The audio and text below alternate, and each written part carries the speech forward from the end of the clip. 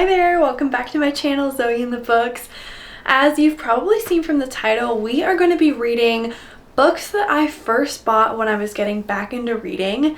I got reintroduced to reading when I was in the middle of my graduate school program. I was gifted a copy of Dune and I slowly worked my way through that when I was in the middle of my graduate school program. I absolutely fell in love with it. But I didn't pick up any other books until after I graduated in 2023. And the books that I bought at that time were really books that were popular on Bookstagram and BookTok. They were books that I found when I was scrolling through Reels and were books that were highly recommended. And a lot of times, at least now when I'm looking back in 2026, they aren't books that necessarily reflect my reading taste, but it's also a goal of mine in 2026 to be reading from my shelves, and so I'm trying to read through my shelves, and if I don't like the book, to get rid of it. And so part of the intent of this reading vlog is to determine, you know, of the books that I bought between late 2023 and early 2024, which of the books that I bought when I was getting back into reading are those that I would like to keep and hold on to, and which of those are ones that I should give to little free libraries or should I donate to my actual library system. So that's what we're going to do today. And the first book that we're going to be reading, and which I've actually already started, is Butcher and Blackbird by Brynne Weaver. And I don't know why I bought this. I genuinely don't know why I bought this. I think I bought it because people on the internet were saying, you know, it's hilarious, it's a rom-com, it's two serial killers who fall in love with each other, and, you know, it's just a funny, good time. And that's all I can tell you. That's all that's happening at this point. I'm like 50 pages in, and the two characters, Sloane and Rowan, are kind of having like a little bit of a competition between each other to see who can kill another, like who can kill a villain that has been identified by a third party first.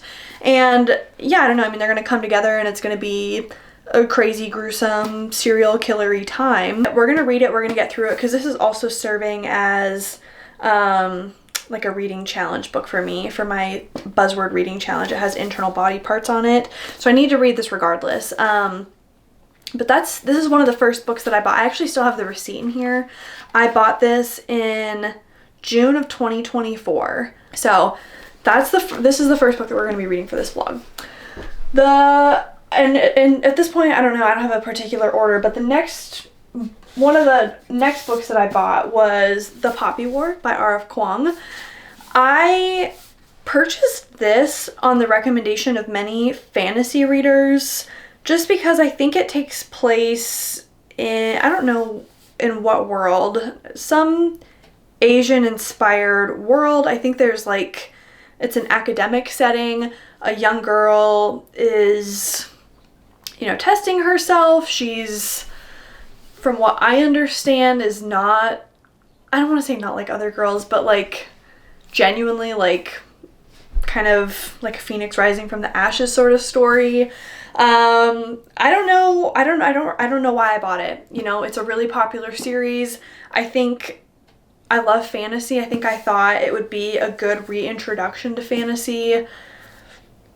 I don't know what else it's about. I don't know. What does the back say? Oh, targeted by rival classmates for her color, poverty, and gender, Brynne discovers that gods long dead are very much alive and that she possesses a lethal, unearthly power, an aptitude for the nearly mythical art of shamanism that could be the weapon the Empire desperately needs. Whoa. Okay. Yeah, and I also like books about war. Typically, I like books about war that are set in like our world, so I like World War I and World War II books. But I have enjoyed fantasy war settings, so like Rhythm of War, or not Rhythm of War, what the fuck am I saying? Brandon Sanderson's Stormlight Archive I really enjoy because it's set in like two warring states. I enjoy that. So I thought those were some of the things that I think were going through my brain, in addition to it just being incredibly popular. So this is another book that we're going to tackle in this video.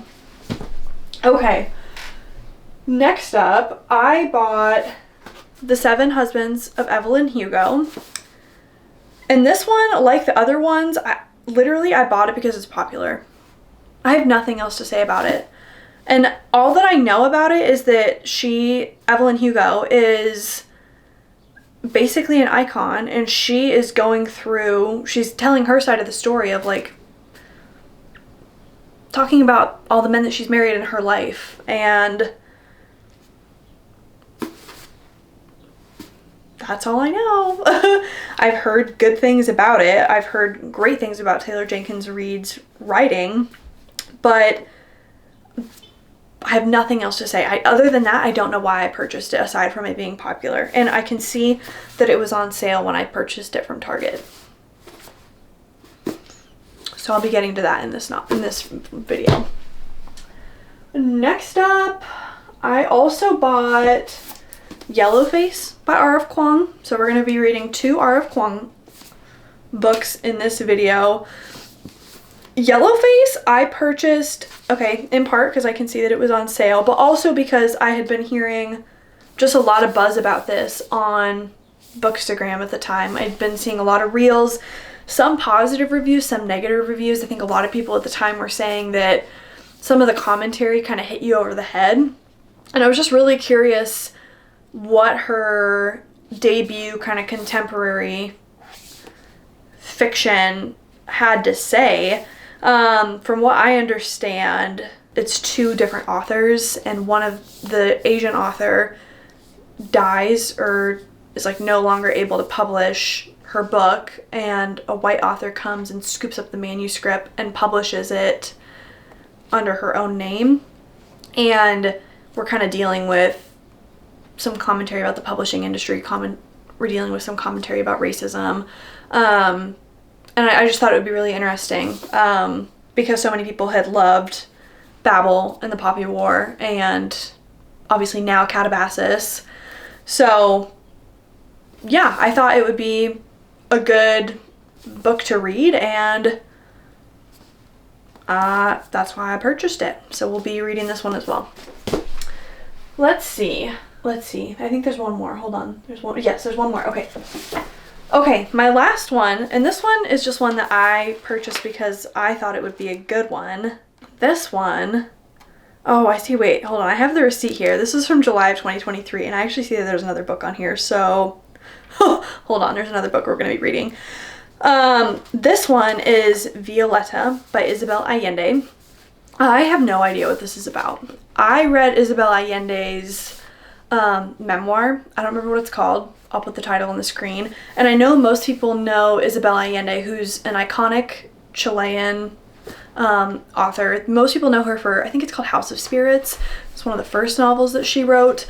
I studied Latin American and Hemispheric Studies all through undergraduate and my graduate careers. And while I didn't focus on arts and cultures in my studies, I focused on international relations. I've always been really drawn to Latin American literature and art.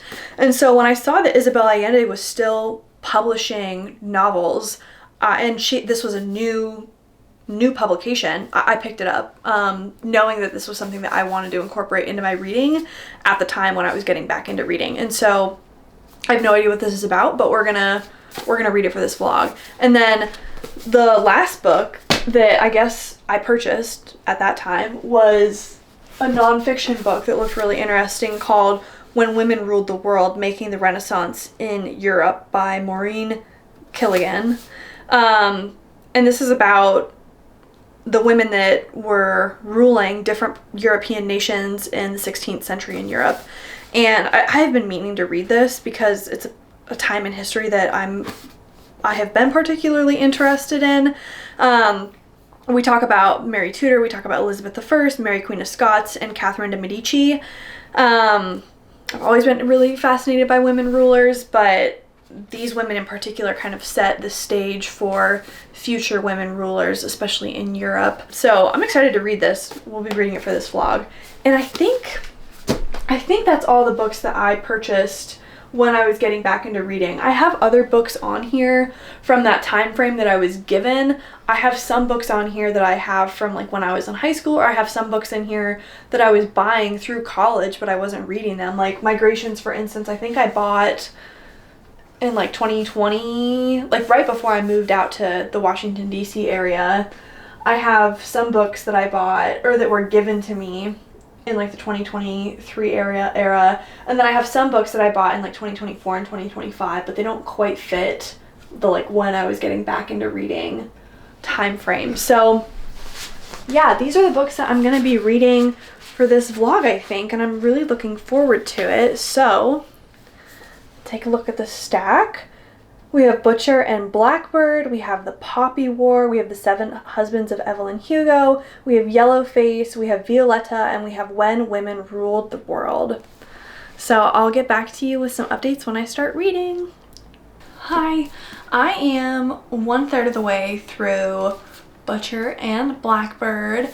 I'm on, I think, day 4 of reading this. It should not be taking me this long to get through, and while it's easy to read, I'm not enjoying reading it, and I'm not wanting to pick it up. I have to force myself to pick it up, and I only get through about 50 pages at a time because the writing style and just what's going on in here isn't keeping my attention, and it's just not something that I care about. The premise so far is that 2 serial killers come into contact with each other, realize that they have similar goals. It's kind of like Dexter, where these 2 serial killers are killing other people, basically other serial killers or other criminals who are doing bad things. So they're serial killers with morals, if you will. They have like a moral compass. They're good serial killers, okay? They're like each other. They're similar.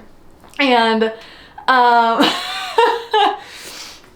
I don't know, so they're like each other in that way, and they kind of devise a competition between each other to see who can like get a kill against a bad, like who can get hit first. And we've now seen 2 of these kind of friendly competitions between each other, and in that time they're discovering that they like each other, that they have like romantic feelings for each other, but also they like want to be friends. And at least for Sloane, the female main character, she has like a lot of, I think, anxiety around like losing someone who's similar to her, like losing a friendship when she's just identified someone who's similar to her.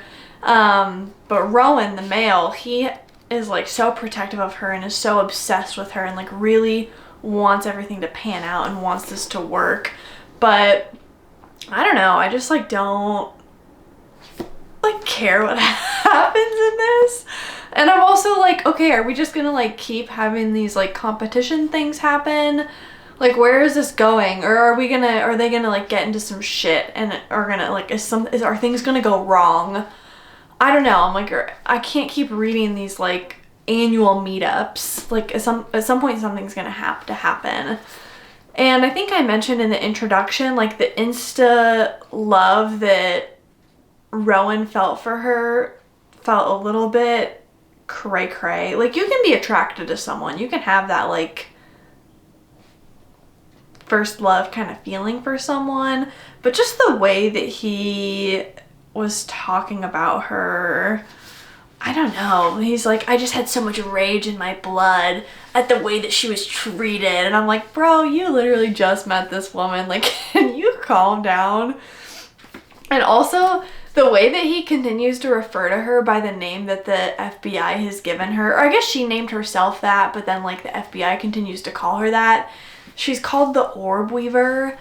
It feels a little superhero-y. He keeps calling her the Orb Weaver. He's like, oh my god, I can't believe I get to be around the Orb Weaver. And I'm like, bro, that's so cringe. That's how I feel reading this. I'm like, it makes me cringe reading through a lot of what's happening. But there have been moments where it's like kind of sweet. Like, he's a chef. He's like delivering food to her house and like calling her and walking her through how to cook it so that she can have like, they can have meals together even though they live in like different parts of the country. I don't know, it's been sweet. Like, they're like I don't know, they had that like insta-lovey, at least on his part, that kind of like insta-lovey moment, and they've been like, okay, and then they were friends, and then we were getting into maybe there's something there and they're starting to like develop an emotional attachment, and now we're probably going to move into something different. I don't know.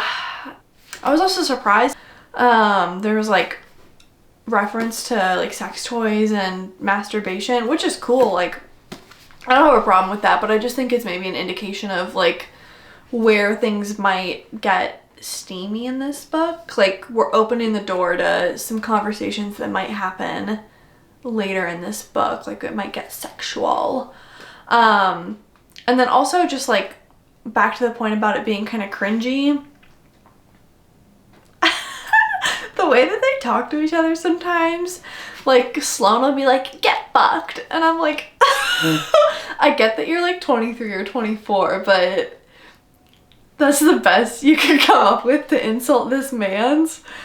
And he, like, I don't know, he'll call her like Peaches or Sweetheart, or just like, I don't know, and he'll just be like, you'll fall in love with me one day. And it just feels very juvenile the way that they talk to each other. It's almost like they're in high school, the way they talk to each other. But like, he's supposed to be in his late 20s or 30s. They haven't said how old he is, but he's older than she is, and she's like 23, 24, 25. There's time going by, and I'm just I'm having a hard time computing the age that these people are. But I mean, it's okay. Their personalities fit within the dialogue that they've been given. It just feels juvenile to me. The fact that, like, on the one hand, they're really brutal serial killers, but on the other, the way that they are talking to each other just feels really teenagery. But it's fine. I don't know. We're getting through it. It's a silly, goofy time. The writing is not for me, but I don't know. We'll see where this goes. I have another, like, 200 and something pages, and I don't know where we go from here. What more does this book have to give me? I don't know. I don't know, and I don't know if I want to find out. But like I said, I'm reading this for my buzzword cover reading challenge, so I kind of have to get through it, and I don't know. We'll get there, and it'll be okay. And I'll give you some updates as we get closer to the end, or maybe when I finish it, whatever I can bear to give you. And we'll talk soon.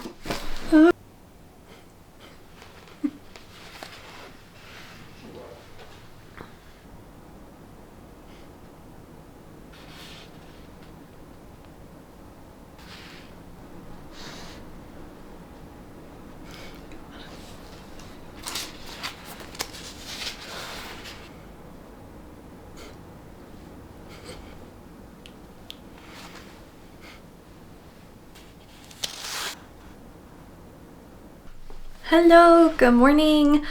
Last night I read most of Butcher and Blackbird, and then this morning I finished off the last couple chapters, and I'm gonna give it a 3 out of 5, and I've landed on a 3 out of 5, not because it's good. I would say really for my reading preferences, it's actually like not a good book, but I had like a semi-enjoyable time reading it. There were a couple moments where I found myself laughing out loud, or I was enjoying parts of the relationship development, like especially towards the middle of the book. I enjoyed the relationship development. I felt sentimental towards the relationship in the middle of the book, and I found it to be entertaining. That being said, like there were a lot of parts of the book that were not enjoyable for me, that I found to be particularly problematic, or just not to my taste specifically. I will never be able to look at ice cream the same way, and if you've read this, you know, and if you haven't read this, tread with caution as you embark on your journey with this book. And that's all I'll say on the topic of ice cream.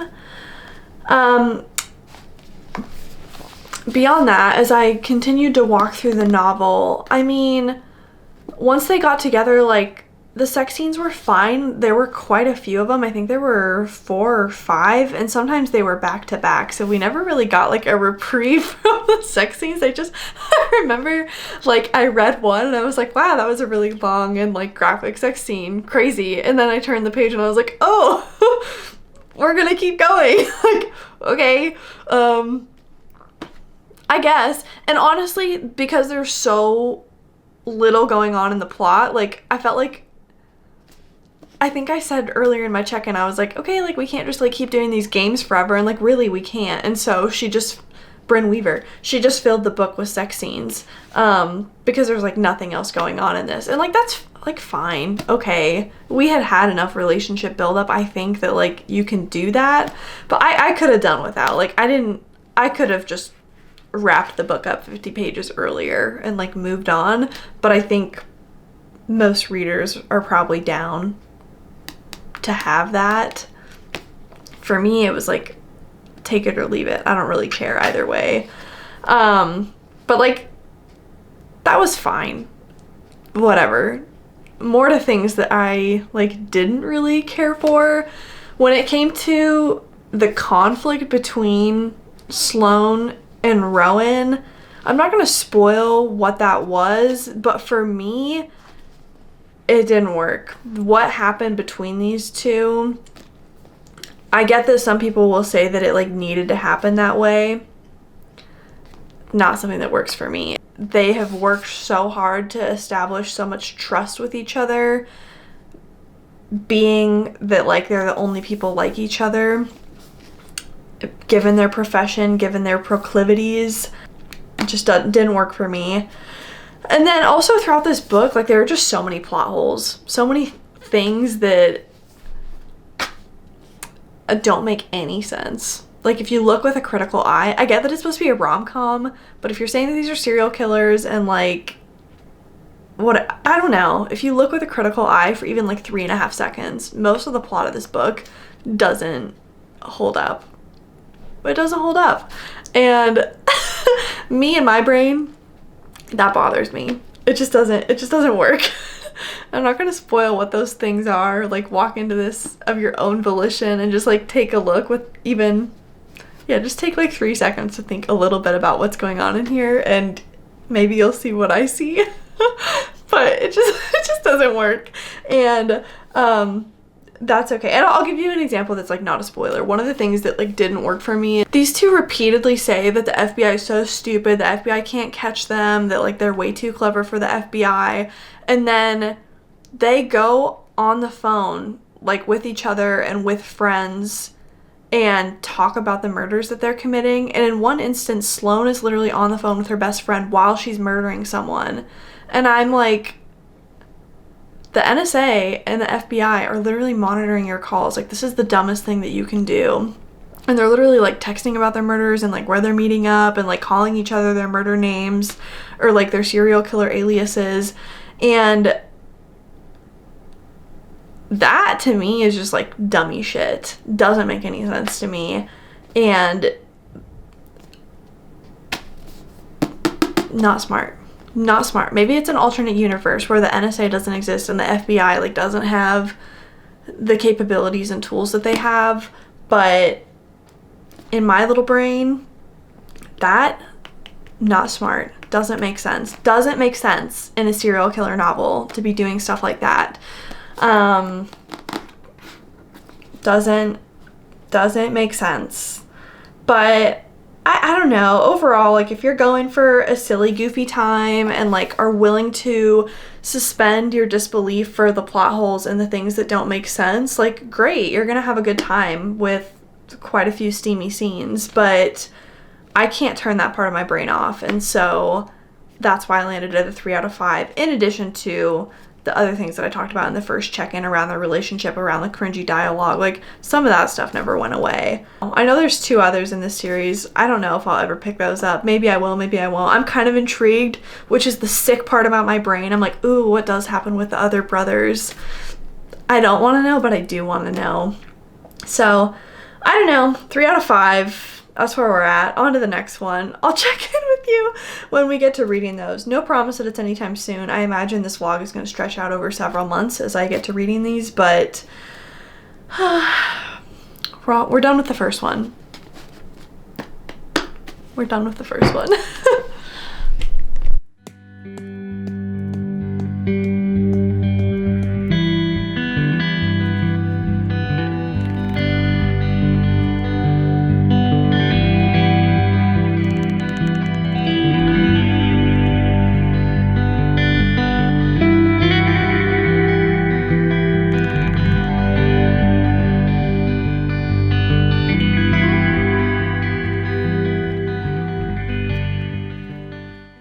I have a slightly overdue update for the Poppy War. I am like, how far am I? I'm like 325-ish pages into the Poppy War.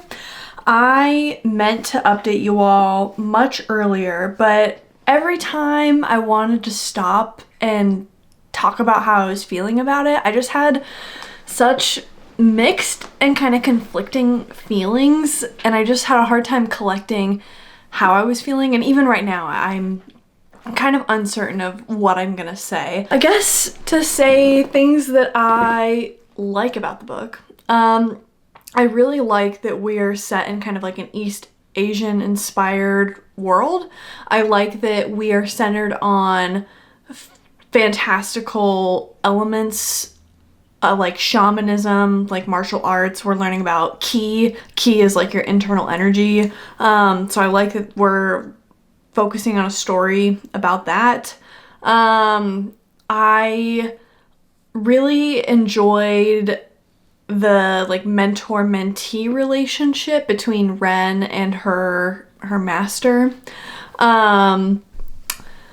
What else was I enjoying about this book so far? I think the author, R.F. Kuang, has had, like, as much as she is, like, showing us and, like, leading us down a path and being kind of obvious about some things, there were a couple kind of twisty things where I was like, oh, I wasn't really expecting that. Or, like, oh, like, you know, that was, like, alluded to, but I wasn't really expecting it to go that way. So there were some kind of, so far there have been some, like, fun and interesting surprises, or she did things that I wasn't really expecting, and so, you know, I can appreciate that. But I'll just say, like, it's not my favorite fantasy. I read a decent amount of fantasy, and I just don't think that this will be, like, something that rises to the top for me. And I think part of it is just, like, the writing style just really isn't resonating for me. I feel like when I've heard about R.F. Kuang in the reader community, a lot of people say that R.F. Kuang has like a really sophisticated writing style, and she really talks about like big themes and topics, and I don't know, I mean, like, yeah, she is talking about, you know, like poverty and like systemic racism, and she's talking about kind of the challenges that women face in like a traditional like military structure, for sure, talking about things like that. We're talking about like genocide, and we're talking about, like, there are definitely big themes and topics being talked about, but on the topic of like her writing style being sophisticated, I'm not really finding that to be the case for me personally. Just like some of the adjectives and the way that she's going about writing, I am not clocking that as being sophisticated. Like, it, honestly, in some instances, it just feels like college level writing. And I'm not saying that to be mean, and it's not to say that it's bad, but I just walked in with like a very different expectation of like what I would be reading. And it's just, I don't know, just not living up to what I expected. And then on the topic of like characterization, Brynne, I don't think she's meant to be a likable character, and I'm not gonna like ding the book for that. I don't have a problem reading unlikable characters. For me, I do have a problem reading characters who like aren't consistent, and Brynne will from page to page switch how she feels about something, and it's just a little bit challenging to read when, like, seriously from page to page she's like flip-flopping how she's feeling about something. And that's not to say that characters can't grow. Absolutely, characters should grow. They should have character arcs. I want to see that in a character. It's just when it's happening so frequently within a book, it's just challenging to keep track of, and is just impacting my overall readability and enjoyability. And then I'll also just say that this is like dubbed as like kind of a book set in an academy. Obviously, yeah, like it's the Poppy War, so it's going to be a book about war. But I walked into this thinking that this was going to be like set at an academy, and while we do get that for like the first half of the book, I didn't get the feeling of like, oh, we're set in a school and we're like doing school things. Like, I wanted more descriptions of like the classes and the interactions with the students and the interactions with the teachers. And like, while we did get some of that, I don't know, it just felt like a little bit sanitized and a little bit disconnected. And I don't know if that's because it's a third person narration or if it's because of R.F. Kuang's writing style, but I just didn't get like the feeling that I got in some other books that are set in schools, at kind of the age range that Brynne is at. I think you can do a brutal school setting and still kind of get the feeling of like going to classes and like learning from your teachers and like kind of the rivalry between students. And while there was some of that, I just didn't get as much as I wanted. And then I think also part of the reason that I didn't get as much of that as I wanted is because there were time jumps between the first year where we got a little bit of that, and then like a big time jump in the second year and a big time jump in the third year, and then kind of what jumped us towards the Poppy War. Now that we're in the Poppy War, we're getting a little bit of some of the more fantastical elements and what it's going to be like to wage this war, and learning a little bit more about the conflict and like why it's unfolding the way that it's folding and some of the bigger forces at play. It's interesting, but I just right now don't see myself continuing in this series. Like, I'm just not invested enough. I don't really care about what's happening. After this book, like, sayonara, I've got other things that I could be reading. That's kind of how I feel about it right now. But we'll see if I change my mind. I have like 175-ish pages, maybe a little bit more, to kind of change my mind. I had high hopes for this one and high expectations for this one, but I don't know. For me, it's just not hitting the way that I wanted it to. But I'm hoping maybe in the last maybe 175-ish pages, it'll convince me that I'm wrong. And there'll be some like high stakes, energetic moments. There's been a little bit of that, but nothing that's been like totally encapsulating. Like, I feel like I must keep reading. I have to know the end result. So I'll keep you updated. I'll let you know when I finish it what my thoughts are. Alrighty, I finished the Poppy War, I think 2 days ago. But in between then, I had to like read my book club book in a day. And then yesterday, I was trying to get up to date on all my journals, like my reading journal, my regular journal, and just even like my travel journal, because we went camping, which you saw some clips of while I was reading this book. And anyways, just didn't get to updating you all. But today, finally got my reading journal entry and figured out what I was going to rate this book. And I guess we can get that out of the way first. I'm going to give it a 2.5 out of 5, which I know is kind of crazy because this book is so beloved and this author is so beloved, so popular. On Storygraph, the app that I use to track and rank or rate books, this has like a 4.3. And on Goodreads, it has, I think, a 4.16 right now, currently, as I'm filming this. So I know that this book is incredibly popular, well beloved. But for me, even though it had all the elements of like fantasy and kind of other stories that I really enjoy, including an academic setting, a story about war, something that's set and inspired by East Asian cultures, I really, really like stories that are written, set in China, set in Japan, set in Korea, set in other, even like Southeast Asian countries, inspired by that lore, that history. This should have been like a slam dunk for me, but the writing style, I just couldn't connect to it. I think the way that the story was structured, the way that the characters were written, the way that character relationships were written, and ultimately like the actions that these characters took, all of it combined together just did not work for me. Didn't make sense to me. I didn't think it was elegantly or even like thoughtfully done. Personally, I know a lot of people have really strong emotions about what this book chose to do and the things that it chose to say about war, but I personally felt that so many of the details were so gratuitous, and then also because the story structure was so clunky, like the impact of what R.F. Kuang was trying to say about war never really sat with me. And so I think I talked earlier in my first check-in about some of the inconsistencies of Brynne, our main character, but those inconsistencies also stretched to how she interacted with different characters. And because of that, layered on top of the fact that the story just felt so clunky, like there were weird time jumps, there were things that would happen and there would be like no resolution or no, it doesn't even have to be a resolution, but there was like no discussion of things that happened, you just kind of moved on. I just really struggled with how this book was written, what it was trying to say.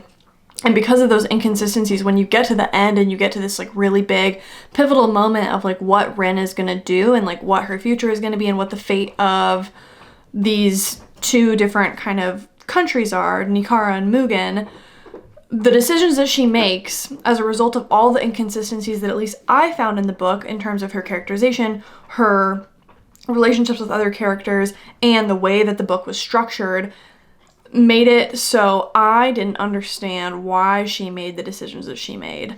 I don't know if I ever will. I don't know if I'll ever get it. I'll just say, I think had this book been written in a first-person perspective and we were sitting in Brynne's mind the whole time, I might have had a greater appreciation for it versus like a third-person perspective and trying to look from the outside in.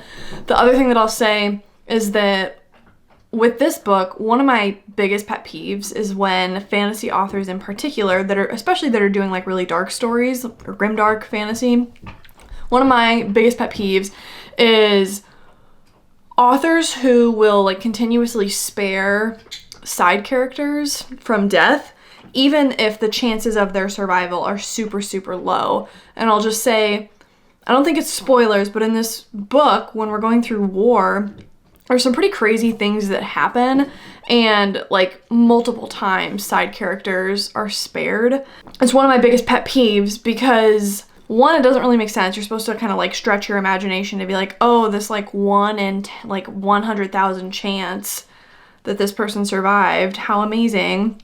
But when it happens again and again and again, I just feel like it's like intention. Like, yes, an author has the ability to shape the plot, but this just feels like such deliberate kind of abuse and manipulation of a plot for literally, in this case, no purpose. I think, personally, had some of the, specifically one side character, had they died and Brynne had discovered it and seen it, I would have had a much greater appreciation for some of the decisions that she made later in the book. But literally just keeping side characters in order to like give us some dialogue about things that happened, I don't appreciate that. I don't appreciate that. Or just to like spare the reader's feelings, despite like some of the other shit that's happening in this book that's like far worse than like a side character dying.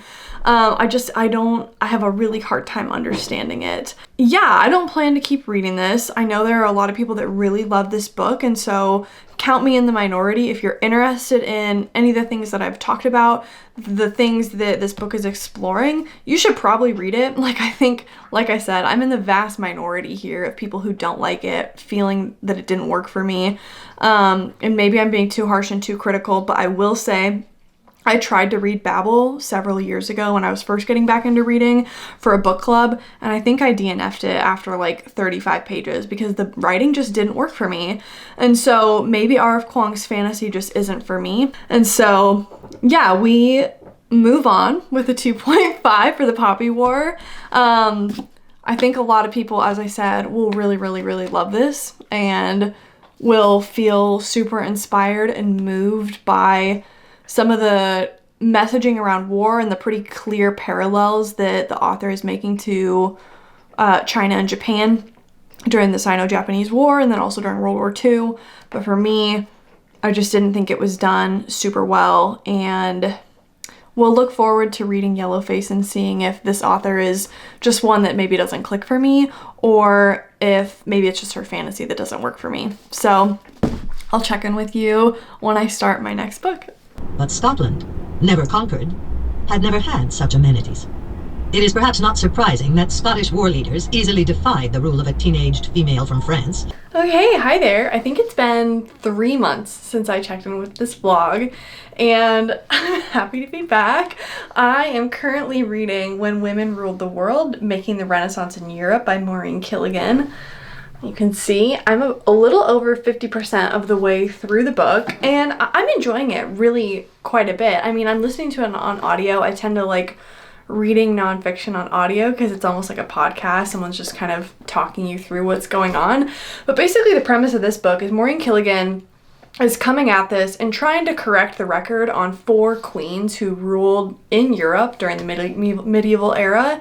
So Mary Tudor, Elizabeth I, Catherine de' Medici, and then Mary Queen of Scots. She's trying to correct the record that has largely been written by men over the course of several centuries, and has put out this idea that these women really only competed with each other and had rivalries based on like really superficial ideas, you know, basically who's prettier, you know, who's more eligible, things like that. Where really Maureen Quilligan is trying to show that the rule by these women was one, incredibly powerful. These women were talented at what they did, and she's building a case that in fact the idea of women ruling, while largely contested among, I guess, like the ruling class, there were people who believed in women as more pragmatic, as more peace-driven, and just well-equipped either by divine right or because of whatever merits they brought to the table. And really, the conflict between these women isn't based on really vain and superficial issues, but there are really complex political, but then also religious issues going on in Europe at this time that is causing these women to, you know, compete with each other at times, especially like Mary Queen of Scots and Elizabeth I, for instance. So at the 55% mark in this book, almost the entire book has been about Elizabeth I and then some of her relationships with some of these other queens. Catherine de' Medici is like here, but not really. Like I really hope that in the back half of this book we get more about Catherine de' Medici, because it's part of the reason that I picked up this book. I was really interested to learn more about Catherine de' Medici. I guess it's my understanding that she's like the mother to some of the French rulers at this time. And was actually, I think, mother-in-law to Mary Tudor, or Mary Queen of Scots for a little bit before her first husband died. So that was interesting, but really beyond that, like, have not gotten that much out of Catherine de' Medici. It's also been really interesting to see how women just ruled a little bit differently. Their center of power wasn't so much in like wars and politics and cajoling, but is in, I guess, like some of the soft power, some of the soft influence that they have, like gift giving. That's been a persistent topic in this book about how women inherently understand the value of gifts as a way to like pass down wealth and build wealth, as well as being, you know, basically tokens themselves to be traded to secure political alliances, to secure military alliances, and that sort of thing through marriage and then through their children. But yeah, overall it's been a really interesting exploration of this kind of reinterrogation of the historiography that women ruling at this time, the conflicts that they had with each other were not, you know, in vain. They were based on real religious and political challenges of the time, and these women were strong and powerful rulers in their own right and had to, you know, really negotiate with some of the powers that were fighting against them, both from like a gendered point of view, but also just based on, again, some of the religious and political things, and also economic, you know, that were going on at the time. And there was, you know, wars being waged over religion. So this is all stuff that these women had to contend with. I take issue with the title of the book to say When Women Ruled the World. There are large swaths of the world that were not ruled by European monarchs. And in fact, we're not being ruled by women. I think the way that she's approaching it's been relatively readable and easy to understand. She's given good background on, for instance, King Henry VIII and kind of how his daughters came to be in the positions that they were in. And good information too about Mary Queen of Scots. Again, it's just Catherine de Medici that I'm like, I don't know as much about her, how she came to her position, or really anything else about her. So I would like to explore that more in the rest of the book. So far it's been a good read, and I'll update you when I finish it. I finished When Women Ruled the World just a couple minutes ago. I was walking OB around the block, and unfortunately it's just okay. I'm giving it a 3 out of 5. I think it's fine. Basically, you know, historians have mischaracterized female rule in Europe during the Renaissance, this idea that women rulers were competent and capable, but often, you know, more driven by political and religious circumstances of the time rather than family ties. I think, you know, fine. That thesis was fine. It was validated. The author did a good job of explaining, I think, that particular thing. But for a book that was about women and women ruling different European kingdoms, this book was very much about men and the way that men were maneuvering these queens, the way that men were trying to subvert these queens, the way in which men were trying to usurp these queens. In the instance of Queen Elizabeth I, it was talking about William Cecil, I think her Secretary of State. In the instance of Mary Queen of Scots, it was talking about her husbands, her later 2 husbands, not her French husband, but her later 2 husbands, and kind of her assembly of nobles in Scotland. And then also I thought what was really interesting is that Maureen Quilligan, the author of this book, dedicated a whole chapter to Philip II, who was the husband of Mary Tudor. She talked at length about the many successes that Philip II had as the King of Spain, about the territories that he conquered, about the wealth that he acquired, about his prowess in battle. Just for instance, Queen Elizabeth I ruled England for 45 years. I guess I would have liked to have heard more about her successes as a ruler versus just the relationships that she had with her sister queens, and the way that women ruled and how it was a little bit different in terms of gift giving and being kind of patrons of the arts, and maybe being a little bit more religiously tolerant than male counterparts and being a little bit more peace-driven than male counterparts. I just thought overall it was a little bit underwhelming, and I think for some students of medieval history or students of the Renaissance, this will feel a little bit underwhelming. I think some people will take issue with the way that Maureen Quilligan approaches, historical information that she's posing to the reader. She makes kind of suppositions or arguments where she will say, this is my argument, I am making not an assumption, but this is, I am inferring based on the evidence that is proposed. This is what might have been. This might be the case. But she's not able to say definitively what might have been or what could have been. And I think a lot of people will take issue with that. But I don't take an issue with that. I think that is the role of a historian, is to, make educated arguments based on the evidence that's out there. In some instances, it is not possible to know what happened, like in the instance of Mary Queen of Scots getting married so quickly after her first husband died. Was it because she was raped immediately afterwards, or was it because she thought it was politically advantageous to be married to the man who could possibly quell the Scottish noblemen who wanted to oust her? Or were there other reasons that we might not be considering? I don't know. That's for the historians to debate. And in this book, our author, went for the former argument. That's for the historians to decide based on the evidence that's out there. when it comes to like women being the top dog or the top monarch, I wanted to go a little bit further than kind of those already pre-established roles. I wanted to dig a little bit deeper. So I think that's why I landed like a 3. I think this is like an important piece of like addition to the literature. I think she is like tackling some questions and reinterrogating a history that really largely has been written by men, to the detriment to these 4 queens, or to these 4 women. But I think there was more that could have been said about some of these women's accomplishments in their own right. And again, for this book being about women, it really did center kind of uncomfortably on men at times. I will check in with you when I start reading my next book. Yeah, good job. Oh, wow.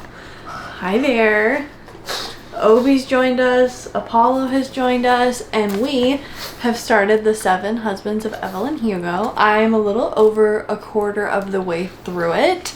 And for those of you who haven't heard of this incredibly popular book, Evelyn Hugo is a starlet from the 1950s who starred in a number of films, and as she's in her 80s in the year of 2017, she, as the title suggests, has had 7 husbands and has lived something of kind of a scandalous life as a Hollywood star, and is finally ready to tell all.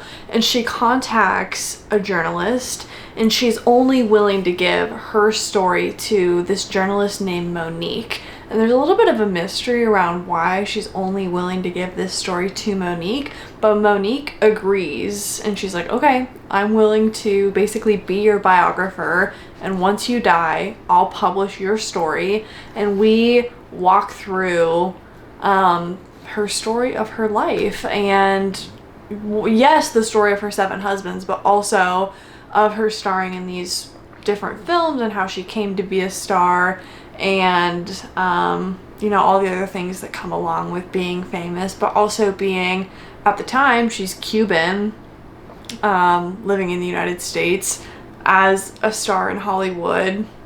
That was relatively uncommon at the time, and all the changes that she kind of subjected herself to being famous, and just being a woman at the time, so conversations about that as well.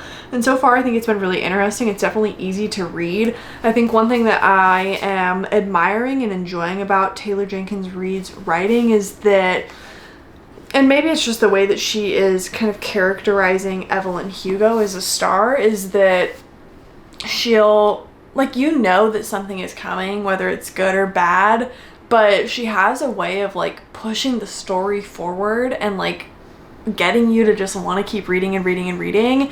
And then there's like a sentence of finality where you're like, ah, there it is. Oh my gosh. Like, even if you knew that's where it's going, like, she just pushes you there and you're like, okay, here we are. And like, there's like a finality about the way that she's writing that just feels, I don't know, really enjoyable. The first couple chapters when I was reading it, it almost felt a little bit cliched in the way that it was writing, in the way that she was like approaching Monique particularly. But once I got past those kind of initial chapters, we've moved past that and I've pushed it out of my mind, and it's been okay. And I like that we're switching between Monique as the journalist going through some things in her personal life and Evelyn Hugo and her story. I also like that this is mixed media. So we're seeing emails, we're seeing newspaper clippings from when Evelyn Hugo was a starlet in the 1950s. I think that's really interesting. It helps to break up basically just kind of like basic dialogue. It creates a more intriguing and interesting and colorful story, and helps to build out a world, because we're supposed to believe that Evelyn Hugo existed as a movie star, and so I think it's helpful to have mixed media in the form of commentary to help build up her stardom. It helps you immerse yourself in this world. So overall, I'm finding it to be a very easy and enjoyable read, and I can definitely see why so many people have picked up this book and enjoyed it. I'll give you some more updates as I progress through it.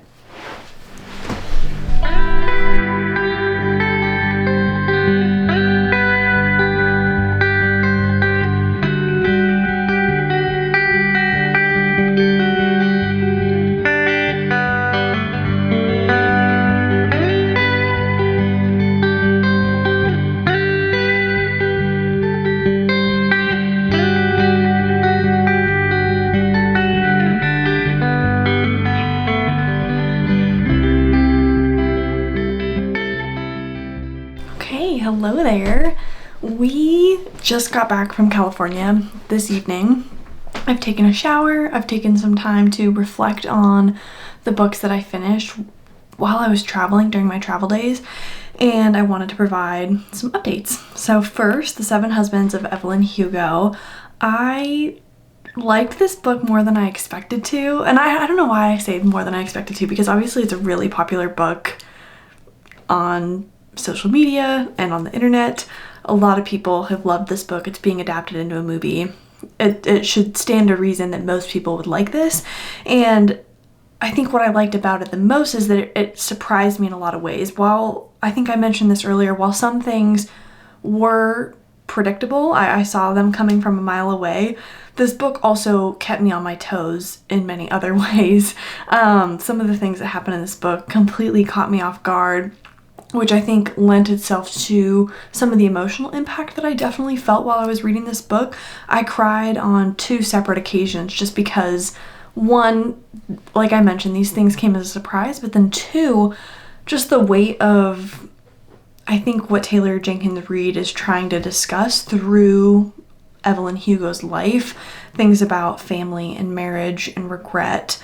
It just hit harder than I expected it to, and made me reflect on the things that are important to me in my life. I was literally in an airport lounge like crying, which was, incredible. Definitely not something I expected to be doing reading this book. I had seen that people have cried about atmosphere. I did not know, and maybe I'm the only one, I don't know. I didn't realize people were crying about The Seven Husbands of Evelyn Hugo.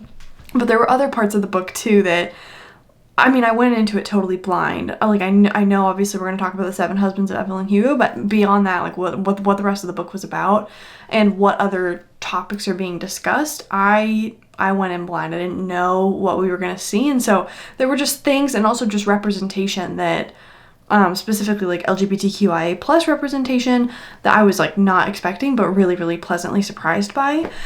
I think I also just loved Evelyn as a character. I think she was so strongly characterized.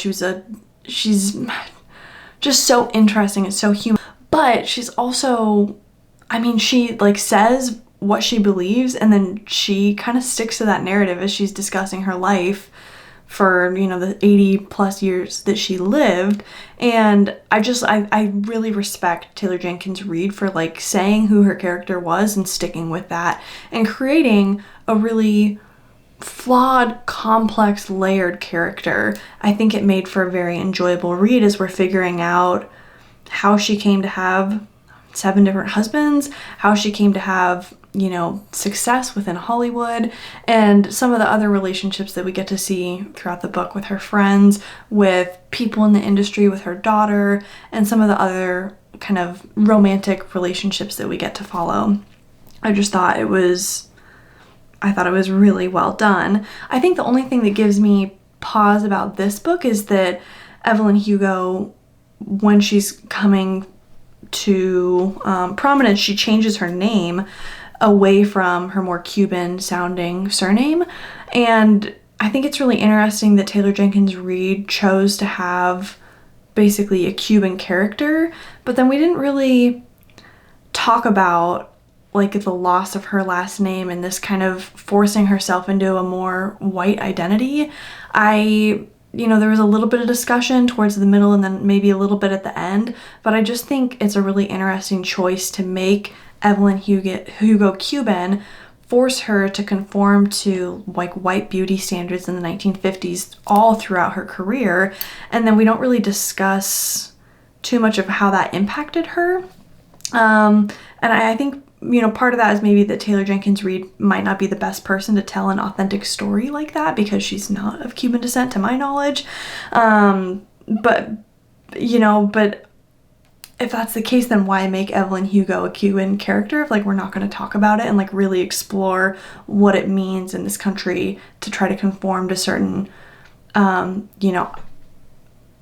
beauty ideals or beauty standards, especially in kind of Hollywood and the movie industry, versus trying to capitalize on the things that make you unique. And there was discussion of that specifically around kind of the way in which men sexualized her, definitely, but the other parts of her that were like more Cuban leaning were erased and diminished. And I guess, yeah, that my point is, I think it's an interesting choice to make Evelyn Hugo a Cuban character, but not really talk about it beyond kind of like passing mentions.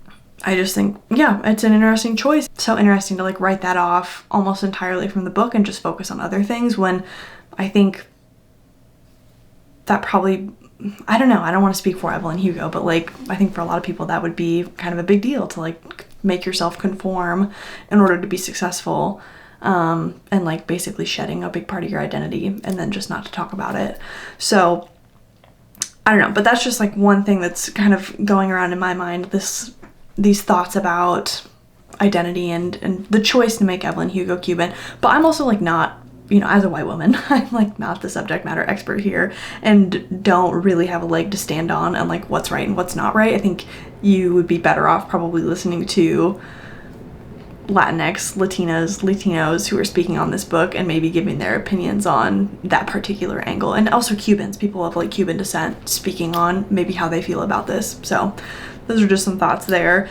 But overall, I thought it was like a highly entertaining and very memorable book. I finished this book on May 28th. Today is June 6th. And for the last, 9 days, 10 days, I haven't been able to stop like thinking about this book and some of the choices that were made and some of the things that were done. And I think it would really lend itself well to a book club, especially talking about Evelyn Hugo and also her relationship with the author who's taking up her book and just some of the choices that Evelyn Hugo is making and some of the historical context in which she's acting. I'm glad I got the opportunity to read it. Obi. Everyone say hi to Obi. Oh my goodness, hi Obi. Oh, let me get my phone. Hold on. I have started Violeta by Isabelle Allende. I'm only 21% of the way through the book. I'm enjoying it so far. Basically, the premise of this book, like many of Isabelle Allende's other books, which I've heard are fantastic, Isabelle Allende is presenting us a multi-generational kind of saga centering on Violeta, the youngest daughter of a Chilean family. She's born in 1920, and her family's wealth is built up on basically a series of really risky business moves, basically using debt to buy more debt, to expand wealth. And we see so far that Violeta is living through a series of really prominent historical events. Many of us in our lifetime will live through major historical events that will shape our lives. So far, Violeta has lived through the Spanish influenza, and then of course she also lived through, well, we've seen so far, lived through the stock market crash of 1929. Both of these events have shaped the way that her family is responding to these events and have shaped her life in major ways. Yeah, I think we're in for a ride as we watch Violeta live out a life that we are going to see colored by all sorts of things. And also, of course, we're going to see as she battles through and experiences all the things that life, of course, affords one. So I'm excited to see Isabelle Allende take us on a journey, and I just hope it delivers on all the things that kind of multi-generational stories do: secrets, emotions, heartbreak and love. But it's early days, but so far I'm enjoying it. I like the way that she is unspooling this story. It's an easy read, and it's been highly enjoyable so far. The way that she has set it up, it's that Violeta is basically writing a letter at the end of her life in 2020, 100 years after she was born, to another family member named Camillo, basically giving like a tell-all of the family history, including her own. And so that's kind of interesting. She's like, I'm not going to self-censor, I'm giving a tell-all of everything that happened. And so hopefully there's going to be some sordid details. Obi's back. Hi, doggy. You want to say hi? Hello. Hi, doggy. Do you think Violeta's going to be a good book? Is it going to be a good book? Or going to be a bad book? What do you think it's going to be a good book? Okay. That's good omen. Well, Obi thinks it's going to be a good book, so I'll check in with you when I have more updates and can provide a little bit more information about my thoughts. Hi there, I just got back from picking up a rain jacket for Christopher from REI. I'm here in DC. It was the only one that had this particular rain jacket in stock by the time that we need it before we go to California. We think we need the rain jacket maybe for the whale watching tour that we're going to go on, but definitely for some of the hikes that we're going to go on in Yosemite.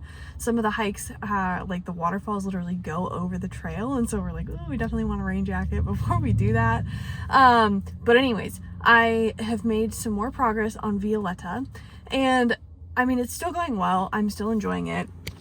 The only other thing that I want to mention so far is that, like, one particular thing that's interesting to me is that Violeta won't say what country she's from.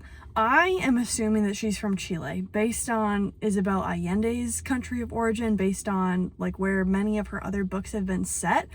But it could also be Argentina. I would need to go and look at, like, the cities that she is mentioning. She's mentioning the cities, but she won't say the country. She will say my country, and she will refer to politicians, and she will talk about things that are going on. Now we are in the time of World War II. She is talking about German settlers who are on the side of the Axis powers. She's talking about indigenous people. She's talking about non-German settlers who are on the side of the Allied powers, but she won't say what country she's in. I think that's a really interesting choice, that she won't come out and say, I was born in X city in Y country. And this far into the book, there have been so many references to geographic locations, but she won't say the country. And I wonder why that is. But anyways, it's going well so far. And I think the other thing that I'll say is that Violeta is just very human. She's very headstrong in some ways and is definitely pushing the barriers for how women, especially women in Latin America, were expected to act. For instance, like, she wants to be financially semi-independent, but in other ways is very much sticking to how kind of women were expected to behave for the time. But she's just very human, and I'm just enjoying watching her kind of struggle, especially reflecting back at 100 years old as she's conveying this letter to another family member so many years on. So I'm enjoying it so far. I'm a third of the way through, and I'll give you some more updates as I continue to read. Okay, I know you all heard from me earlier as I was speaking about The Seven Husbands of Evelyn Hugo, but today I also finished Violeta on my flight home from California, and I mean, this is my first fictional novel by Isabelle Allende, and I was expecting more magical realism because that's kind of the, you know, style that she writes in for a lot of her other fictional books, to my knowledge. But then she also leans kind of into memoir writing, really detailed depictions and discussions of, like, a multi-generational character, and that's more of what we got in Violeta. And I just thought it was a really, really beautiful exploration of the lives we live, and also the way in which historical events, but also our personal circumstances, can shape us. Violeta, by the end of this book, is 100 years old, writing letters to someone that she deeply loves within her family, and recounting, one, the historical events that shaped her life, of which there were many, especially because this is situated in Chile. Chile, over the last 100 years, has seen immense changes that, you know, are highly fascinating and definitely worth, I think, further research. But two, Violeta is also shaped by her personal experiences. I think I loved the combination of both of these things because I think it was a really nuanced view of the way in which we as human beings develop and the way in which things can influence us. You know, one of the things that I really loved about this is that I just felt really attached to Violeta as a character, similar to Evelyn Hugo, like a very layered, very complex character, someone who is flawed, but, like, acknowledges them that about themselves. Violeta, I just loved reading her perspectives, her thoughts, her feelings, and I came to be so emotionally attached to some of the people who are important to her, specifically her children. I just think that's a testament to Allende's ability to characterize Violeta, but then also her depiction of Violeta in terms of different types of identity, specifically in this case as like a mother. I don't always connect with mothers, partly because I'm not one, but I felt so much worry and anxiety and fear for Violeta's children as they are kind of going out into the world and exploring things and feeling the anxiety that maybe a mother would, especially given some of the things that were happening in Chile at the time and the way in which her kids were raised and grew up, just the circumstances that shaped them as individuals. I did feel like the ending was just maybe a little bit abrupt. For most of the book, we were spending several chapters or like entire parts exploring parts of her life, and by the time we got to the end and kind of figured out that she was dying and is writing this letter, it just felt a little bit abrupt to me. I thought we were going to have a little bit more time to figure out how she got into this position and some of the like more sunsetty or like autumn time of your life. I thought we were going to have a little bit more time there, and it just felt like, okay, it was revealed who she's writing these letters to.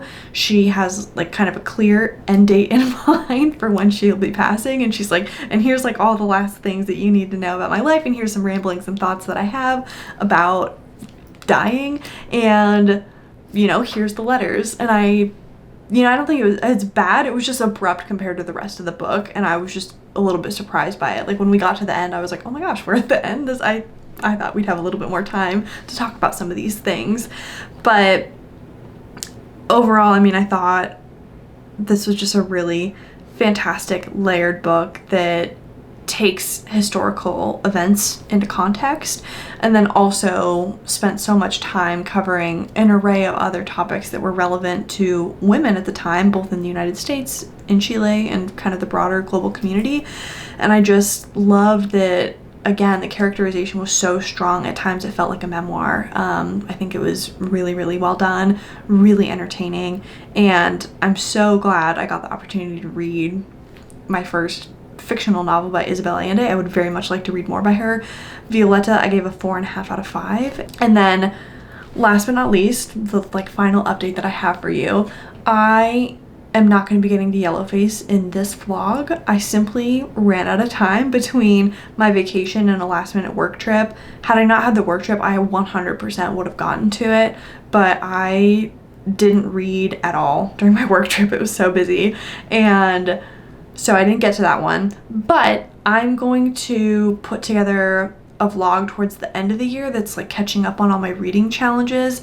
One of the reading challenges that I have for myself is reading the rainbow, and Yellowface being a yellow cover I think is going to fit really well into this yellow option, as long as I don't read something else before then. So be on the lookout for that. I'm sorry I didn't get to it in this one, but life and circumstances got the better of me on this one, and I'll look forward to reading it in the future and seeing if R.F. Kuang's contemporary fiction is more for me than her fantasy. But that's everything that I have reading wise for the vlog. I guess just to run through quickly like recommendations on like whether I think you should read these books or not, just because they're popular or because I picked them when I was getting back into reading. I would say Butcher and Blackbird. If you're just getting into reading, I think it's a really good book to read because it's just entertaining, quirky, fun, but also go into it thinking about whether you're comfortable reading like spicy scenes or not, basically like explicit sexual content or not. If you're not into it, then don't read it, but if you are, or like interested in exploring it and trying it and want just like a silly goofy time set around serial killers who fall in love, I'd recommend it. I think it's a silly goofy time and can lead you maybe to bigger and better things in the future. For the Poppy War, I'm in the vast minority of people who didn't like it. I think most readers would probably really love it, and so for that reason, like, give it a go. See if R.F. Kuang's writing style is for you. See if the way that she does grimdark, kind of historically inspired fantasy works for you.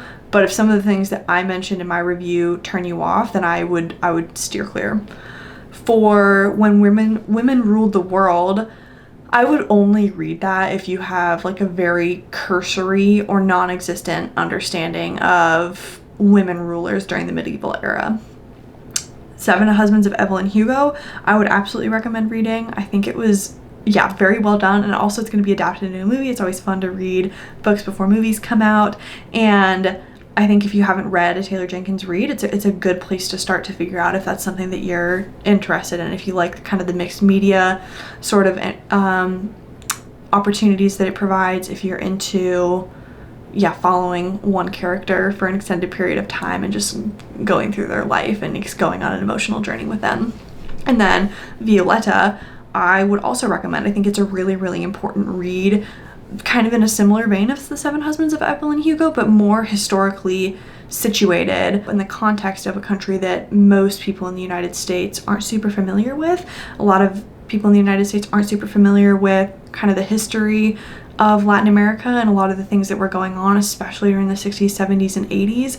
I think Violeta provided a really nuanced discussion of just kind of the upheaval and the turmoil that was going on in Latin America and how, you know, that shapes an individual. I think it would be highly worth the read personally, especially if you're looking to get into Latin American literature and maybe expand your reading horizon beyond historical fiction set in the United States or the United Kingdom, things of that nature.